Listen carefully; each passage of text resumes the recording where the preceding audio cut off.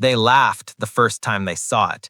German tank officers in Tunisia pointed at photographs of the new American light tank, small, squat, barely armored, and dismissed it with a sneer. Ein Spielzeugpanzer, they called it. A toy tank, something for parades, not war. Something a child might wind up and send across the floor. But they didn't yet understand what the Americans were building. They didn't understand the philosophy, the purpose, or the terrifying speed that was hidden beneath the Stuart's aluminum-like silhouette. They didn't understand that they were mocking the very thing that would soon outpace, outmaneuver, and outsmart them in two brutal campaigns, North Africa and Sicily. Because the M5 Stuart was not born to duel, it was born to run. A new kind of war, a new kind of tank. In 1941, the U.S. Army looked at Europe and saw a battlefield that no longer belonged solely to heavy machines. The Germans had Panzer IVs and IIIs, yes, but they also had something far more dangerous: reconnaissance speed. Their armored cars, half-tracks, and motorcycle units scouted ahead, found weak points, and opened doors for the blitzkrieg. The U.S. Army needed something that could answer that, something fast, something with reach, something a commander could send beyond the horizon and simply say, "Find my enemy." What emerged was the M5 Stuart light tank, a successor to their earlier M3, redesigned from the inside out. At first glance, the M5 looked unimpressive. It had thin armor. It had a 37mm gun that seemed tiny compared to German 50mm and 75mm cannons. It sat lower, sleeker, almost harmless. But beneath its turret was the secret: two Cadillac V8 engines linked through an automatic transmission smoother than anything the Germans had imagined for a tank. To a tank crew accustomed to clunky gears, grinding metal, and the constant threat of mechanical failure, the M5 was a revelation. It drove like a car. It accelerated like a dare. It could reverse, pivot, and sprint across open desert without choking in dust. And most importantly, it could reach 58 kilometers per hour, a speed so absurd for armored warfare that even many American commanders doubted the numbers. The US wasn't designing a panzer killer. It was designing a ghost, a tank that would appear, strike, and vanish before the enemy knew what happened. Engineers who believed in motion over muscle. The design philosophy behind the M5 was radical for its time. Engineers at Cadillac and Detroit's tank arsenals knew that they were not building a tank for slugging matches. They were building a machine for reconnaissance, flanking maneuvers, pursuit operations, and exploitation. Why armor a Scout like a fortress? Why weigh it down with a heavy gun that slowed the turret? Why build something destined to get stuck in mud, sand, or rock? Instead, they applied a different logic. If you cannot survive a hit, don't get hit. If you cannot overpower the enemy, outrun him. If you cannot win a duel, refuse to fight one. It was almost the opposite of German armor doctrine, which emphasized thicker armor and heavier guns. To the Germans, weakness was physical, lack of steel, lack of size. To the Americans, weakness was doctrinal. Being slow meant being dead. The M5 proved that agility could be armor, that speed could be firepower, that mobility could be strategy. The first time Germans saw it. In late 1942, when the first M5 Stuarts rolled across North Africa, German tankers laughed. Reports from panzer units described them as leicht gepanzert, kaum eine Bedrohung. Lightly armored, hardly a threat. German commanders believed they would crush these tanks effortlessly. To them, the Stuart was a flimsy aluminum box with a pop gun stuck on top. But then something unexpected happened. In the first clashes near Tabessa in Sidi Bou side, German tank crews encountered the M5 not as an opponent in a slugging match, but as a phantom. It darted across dunes before Panzer IV turrets could even swing toward it. It popped up on ridgelines, fired, and vanished behind cover. It slipped through ravines and wadis like a desert fox. It passed through soft sand that bogged down heavier tanks. It approached from angles no one defended. It cut supply lines and melted away. It appeared where no map said it should be. German tank commanders radioed furious questions. Where are they coming from? How are they moving so fast? Why can't we catch them? The answer was simple. Because the M5 wasn't challenged by the terrain. It devoured the terrain. Inside the M5, the heartbeat of speed.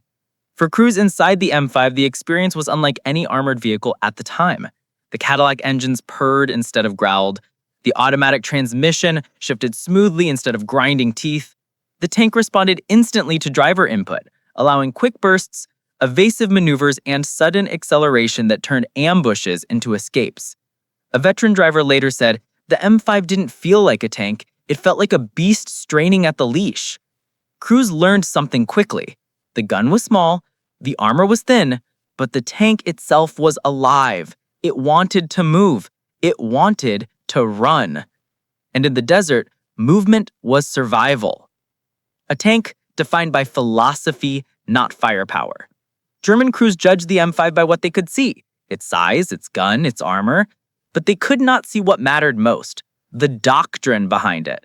The US built the M5 not to fight tanks, but to fight the map, to outpace convoys, to scout before dawn, to strike supply lines, to guide Shermans into battle, to be everywhere at once. It wasn't built to win glory. It was built to win information. And information wins wars. The laughter that would not last. As 1943 approached, with North Africa turning into a proving ground for every Allied weapon, the M5 began to demonstrate exactly why dismissing it had been a mistake. The Germans had laughed. They would not laugh for long. Because soon in the sands of Tunisia and the hills of Sicily, they would discover what the M5 truly was. Not a toy tank, not a joke, not a flimsy machine, but the one thing no Panzer could ever afford to race: the tank they could not catch. The desert should have belonged to the Germans. They had battled across Libya and Egypt for nearly 2 years before the Americans arrived. Rommel's Afrika Korps, hardened by the sun, carved by wind and sand. Their Panzer IVs ruled the open dunes, their half-tracks roared along dry wadis, and their scouts skimmed across the terrain with uncanny skill. But in late 1942, something new appeared on the battlefield. Something small, something fast, something that moved with a confidence no one expected.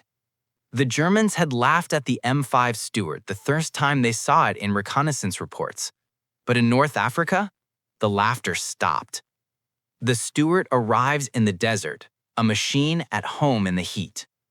From the moment the M5 reached Tunisia, its crews knew they were driving a machine not intimidated by the desert. It thrived in it.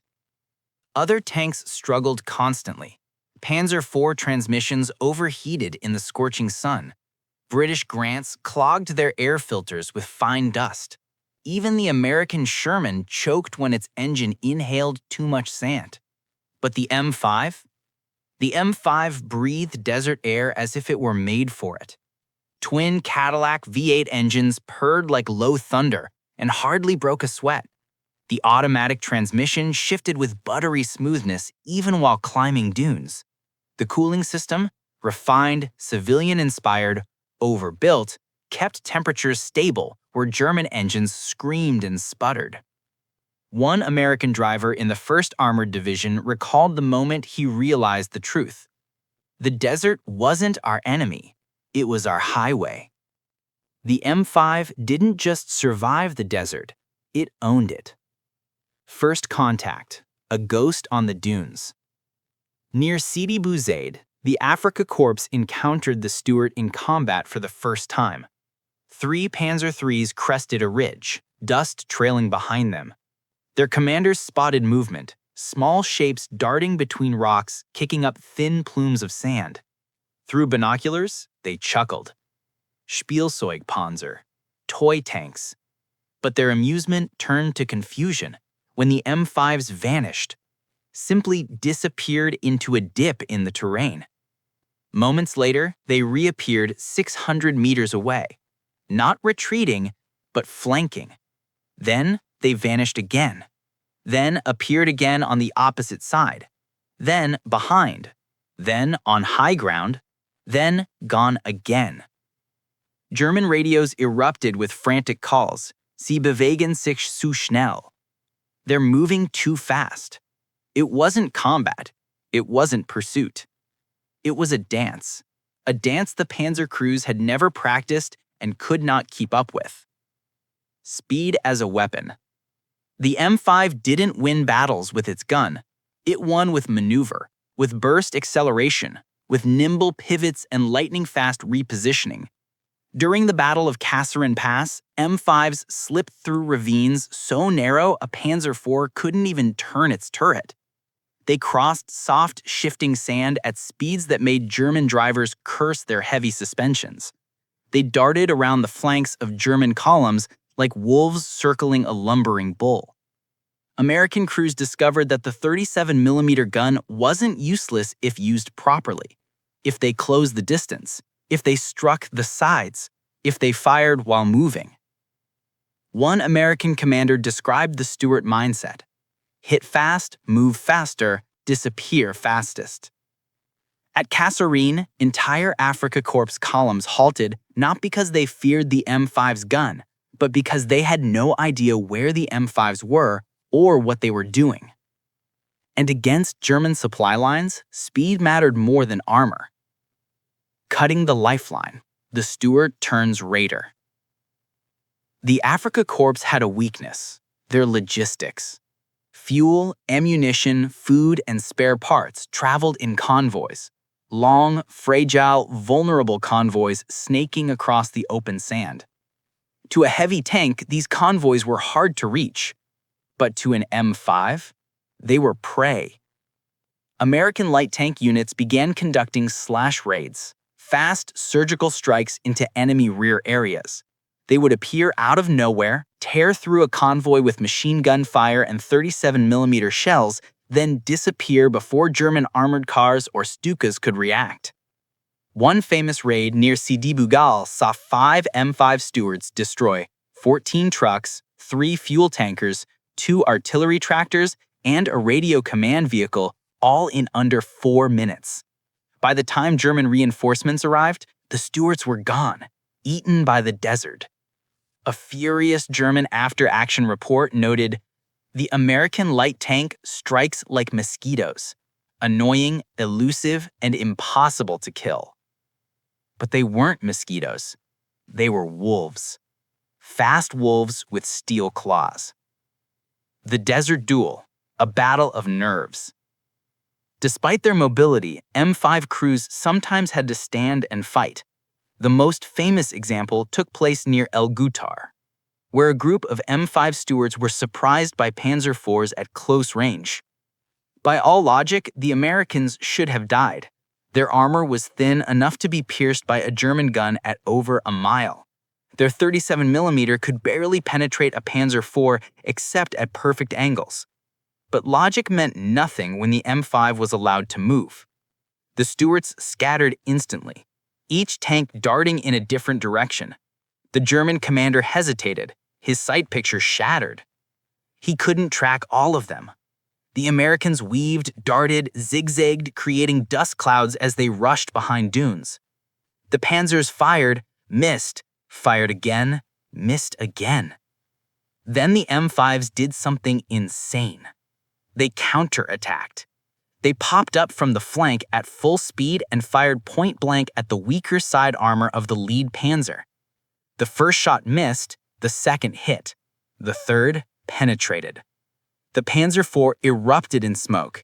The remaining German tanks backed off, furious and stunned. A tank they mocked had just outplayed them in open combat.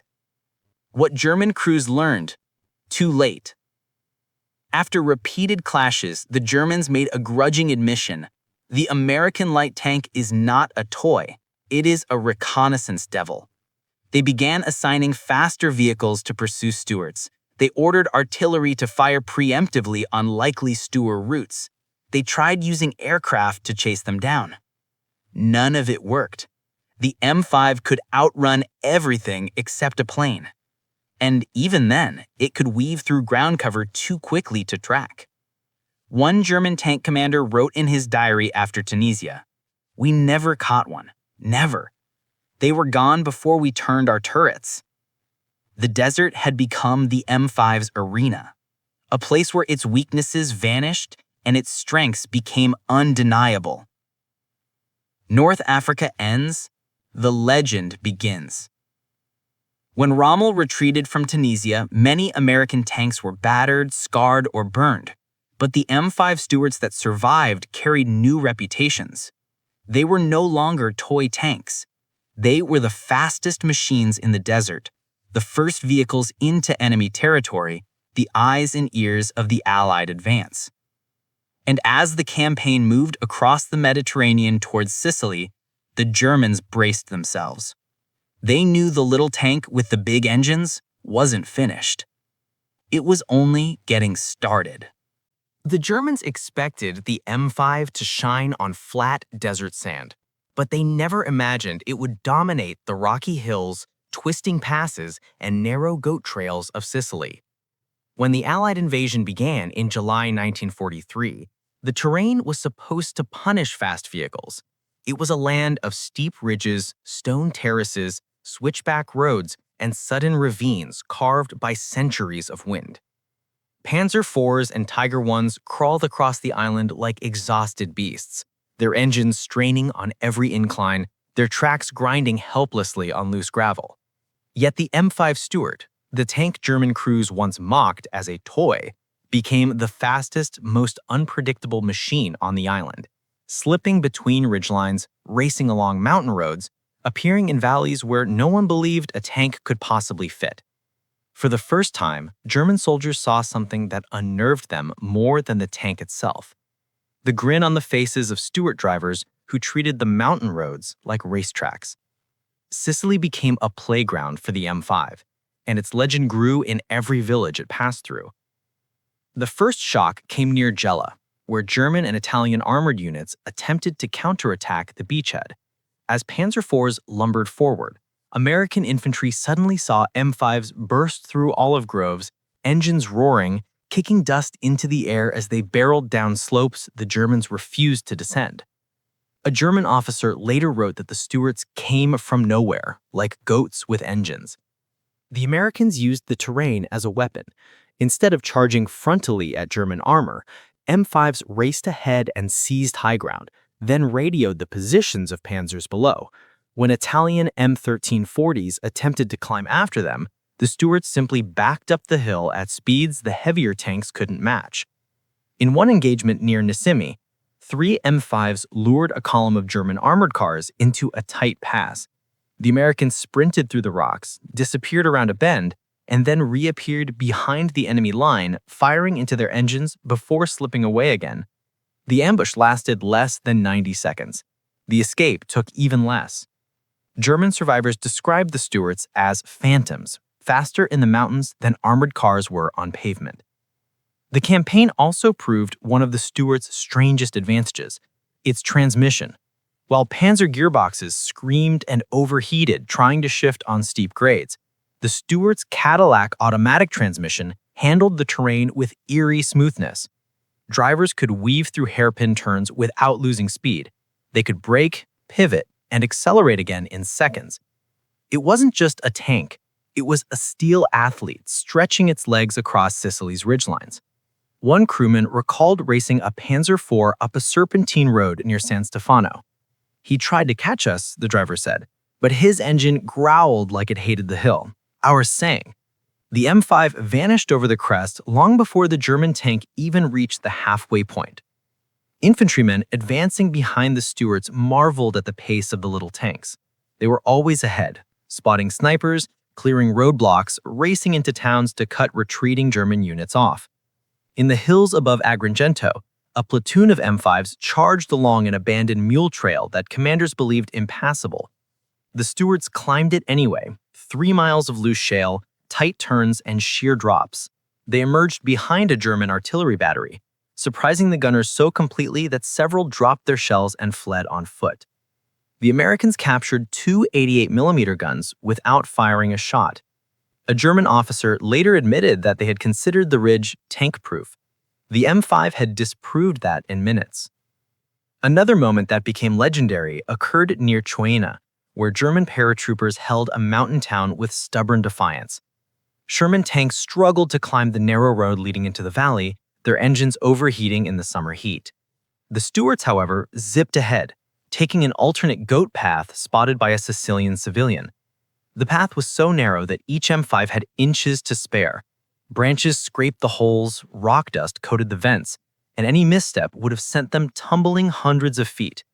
But the Stuarts made it through and burst onto the high ground behind Troina, firing into German positions and forcing one of the most heavily defended towns in Sicily to retreat more quickly than anticipated.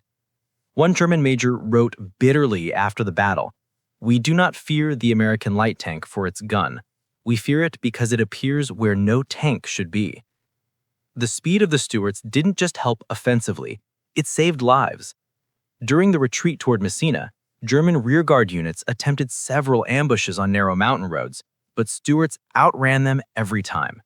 Panzer IVs tried to give chase, only to stall on inclines or lose traction entirely. German crews listened in frustration as the sound of Cadillac engines faded into the distance. Even Tiger tanks, which terrified infantry, were helpless in mountain combat. Their heavy frames broke stone walls, their engines overheated, and their turrets struggled to traverse on uneven ground. Meanwhile, the M5 climbed slopes, hugged ridges, darted around obstacles, and completed reconnaissance loops before the Germans even finished turning their engines over. By the time the Axis evacuated Sicily in August 1943, they'd learned something brutally simple. The M5 was not a toy. It was a vehicle that obeyed no limits: terrain, distance, or expectation. In the desert, it was fast. In Sicily, it was untouchable. The Germans mocked it, but on that island of cliffs and stone, the M5 proved the truth. Speed is a weapon, and in the right hands, it is the deadliest of all. Everyone who looked at the M5 Stuart on paper reached the same conclusion. It was never supposed to survive a battlefield dominated by Panzer IVs, Stugs, and eventually Tigers. Its armor was thin enough that a German 50mm could punch through it from over a kilometer away. Its 37mm gun struggled to penetrate anything but the weak spots of enemy armor. Its silhouette was small, but not invisible. By every traditional measure of armored warfare, the M5 should have been a casualty, not a contender. Yet again and again, in North Africa, Sicily, Italy, and the early stages of France, the M5 didn't just survive, it thrived. And the reason was simple. Its survival came not from what it carried, but from how it moved. The M5 was a paradox, a tank built like prey, but driven like a predator. It wasn't the thickest or strongest or deadliest. It was the tank that rewrote the rules of staying alive. The Germans learned early that shooting at a Stuart was not the same as hitting one. A Panzer IV rotating its turret toward an M5 often found nothing but a dust cloud by the time it finished aiming. A Tiger trying to ambush a Stuart learned that the M5 could reverse downhill faster than most German tanks could accelerate forward. The Stuart didn't fight duels, it refused duels. A Stuart's greatest weapon was the moment the driver slammed the throttle, the V8s roared in unison, and the tank launched itself across terrain like a metal hornet. Nothing in the German arsenal could mimic that burst of acceleration. The Tiger was a fortress. The M5 was a spark. The Americans knew exactly what they were doing. Light tank crews were some of the youngest soldiers in the entire armored force, reckless, fast-thinking, nerves of steel. They called themselves tumbleweeds, blown across the battlefield by speed and instinct. Their doctrine reflected that spirit. Never stop moving, never present a target, never fight fair. If a panzer spotted them, they disappeared. If artillery chased them, they outran the shells. If infantry ambushed them, they vanished behind terrain before the second volley. They learned that surviving wasn't about strength, it was about tempo. One story from the Italian campaign captured this perfectly. Near Salerno, a Tiger tank emerged from the woods and fired at a column of Stuart tanks. The first shot destroyed the trailing vehicle instantly. The others scattered as the Tiger's turret swung toward them. But the M5s didn't freeze or panic, they attacked the hill behind them. Drivers floored the throttle, engines screaming as they climbed a slope so steep that German crews assumed it was impassable. Dust shot into the air, tracks clawed at loose rock. The Tiger commander hesitated. He couldn't follow. Before the Tiger could reposition, two Stuarts crested the hill behind it. They fired into its engine deck and then vanished again before the Tiger's turret could swing around. American infantry who witnessed the scene swore the M5s were laughing at gravity. Even in deadly moments, the M5 danced on the edge of disaster with a confidence no other tank could match. Its lightweight meant it could cross bridges that would collapse under German armor. It could ford streams too shallow for a Panzer IV to risk. It could barrel through vineyards, orchard rows, and narrow village streets without getting wedged or bogged down. In the thick woods of Italy and the foothills leading to Rome, the M5 seemed to multiply. German patrols reported half a dozen light tanks, when in reality there were only 2, racing back and forth across ridgelines faster than the Germans could track them. Survival wasn't just mechanical, it was psychological. M5 crews learned how to weaponize fear. They used tree lines as ambush positions. They fired smoke rounds to confuse German gunners. They turned off their engines and coasted downhill silently to reposition. They would ghost enemy formations, appearing briefly on one flank only to reappear minutes later behind them. German tank commanders unable to keep up with the tempo often assumed they were fighting a larger armored force. And when they did have to fight, the M5 crews fought dirty, because dirty fighting was the only way they lived. They fired at vision slits, they aimed at tracks, transmission housings, antenna mounts. They didn't try to kill panzers, they tried to cripple them, distract them, blind them.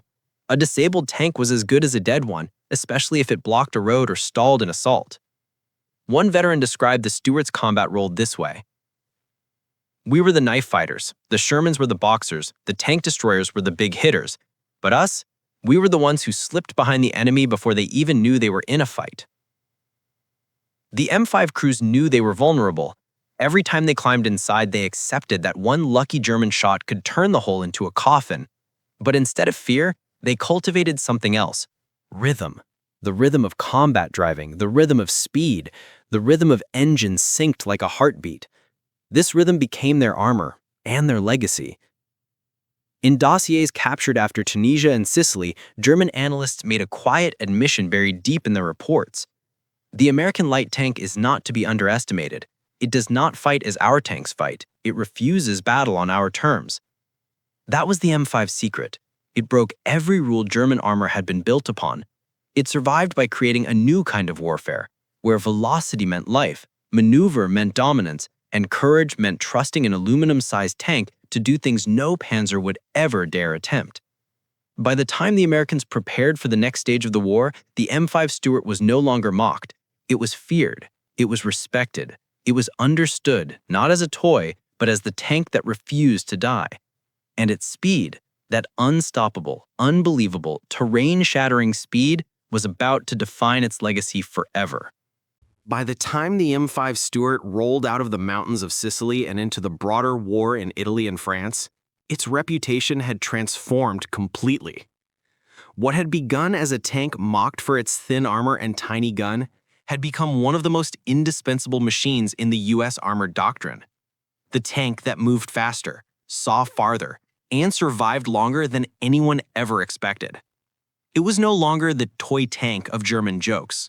It was the tank that commanders trusted when they needed eyes ahead of the line. The tank infantry cheered when it arrived at their flanks. The tank that seemed to exist in 2 places at once. Its legacy wasn't written in duels won or armored kills. It was written in the roads it opened, the ambushes it avoided, and the battles it accelerated. The Stuart had become the heartbeat of American maneuver warfare. Its first legacy lay in reconnaissance. Before the M5, scouting often meant sending armored cars or even infantry patrols ahead of the main force. These methods were slow, fragile, and easily ambushed. But the M5 changed everything. Its combination of speed, reliability, and off-road capability made it the perfect armored scout. It could crest a ridge, scan a valley, and disappear before German artillery even calculated the range. When the 1st Armored Division advanced across Italy, the M5s often led the charge, not as blunt instruments, but as pathfinders. They found minefields before infantry walked into them. They exposed camouflaged anti-tank guns before Shermans rolled into the kill zone. They chased down German dispatch riders, broke up convoys, and forced enemy formations to reposition. Entire regiments began timing their movements according to the tempo set by the M5s. One American officer wrote in his after-action report, "We did not move the Stuarts into position. The Stuarts moved the battle for us."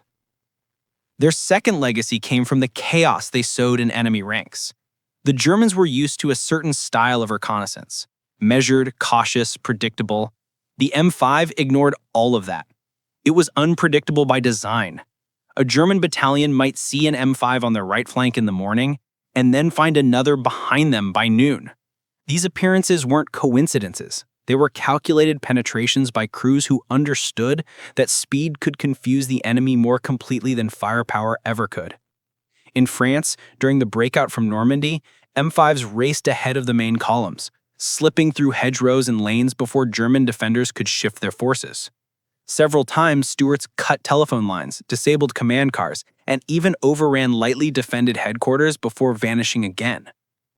Panzer commanders started deploying extra patrols solely to hunt the M5s, but this only slowed their operational tempo further. The Stuarts' greatest kill was not steel, it was time. It eroded German reaction time until their defenses cracked. The third legacy of the M5 was its psychological impact on the Allies themselves. Infantry units loved the Stuart. To foot soldiers pinned by machine gun nests or uncertain about the next bend in the road, the sight of an M5 racing ahead meant safety. Stuart crews often took risks that heavy tank commanders would never accept, darting forward to draw fire, exposing themselves to spot ambushes, or cutting sideways across terrain to diagnose enemy intentions. They were the armored equivalent of cavalry outriders, and they revived something ancient in warfare: the belief that fast, fearless scouts could change the outcome of a battle. Many infantrymen later said that the M5 felt alive, not because of its steel, but because of the men who drove it. Young, energetic crews, often barely 20 years old, embraced the Stuart's personality. They joked that the tank felt like a sports car. They knew every vibration of the engine, every nuance of the transmission, every inch of the tracks. They could listen to the sound of the V8s and tell whether they needed more throttle or whether the oil was running hot. They treated their tanks like teammates, not tools. And the battlefield responded. The fourth legacy appeared after the war, when military historians began studying why American armored divisions moved so fast across Europe. The answer was always the same: maneuver warfare. And maneuver warfare depended on reconnaissance. And reconnaissance depended on one tank, the M5. Without its speed, the breakthroughs in Italy would have stalled. Without its scouting, the hedgerows of Normandy would have swallowed whole battalions. Without its constant harassment of German logistics, the retreat from Sicily would have been slower, bloodier, costlier. Even German analysts eventually admitted the truth. In a captured report from 1943, one Panzer regiment wrote, "The American light tank is not used as we use ours. It is used to see everything. It is used to be everywhere." That single sentence defined the place of the Stuart in history. But perhaps the greatest legacy of the M5 lies not in books or reports, but in the memories of the men who rode inside it. Veterans spoke of the Stuart the way sailors spoke of certain ships, a mixture of fear, admiration, and affection. They remembered the dust storms in Tunisia when their tank carved through dunes like a blade. They remembered racing Italian switchbacks with tires squealing and tracks scraping against stone.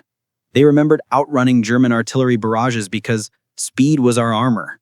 They remembered slipping behind enemy positions, hearts pounding, watching shadows in the trees as their engines idled quietly. They remembered every near miss, every escape, every moment that the Stuart saved them, not because it was strong, but because it was fast. One driver, decades after the war, touched the restored hull of an M5 at a museum and whispered, "You kept us alive because you never let them catch us." And that is the story of the M5. Not a tank of brute force, not a machine of overwhelming firepower, but a tank that defied the expectations of friend and foe alike. A tank that survived because it broke every rule. A tank that outpaced death itself. The Germans laughed at it only once. After North Africa, after Sicily, after Italy and France, after chasing it across mountains and valleys and roads where no tank should have gone, they never laughed again. Because by then they knew the truth. The Stuart wasn't a toy. It was the tank that outran an army. The unstoppable scout. The ghost of the battlefield.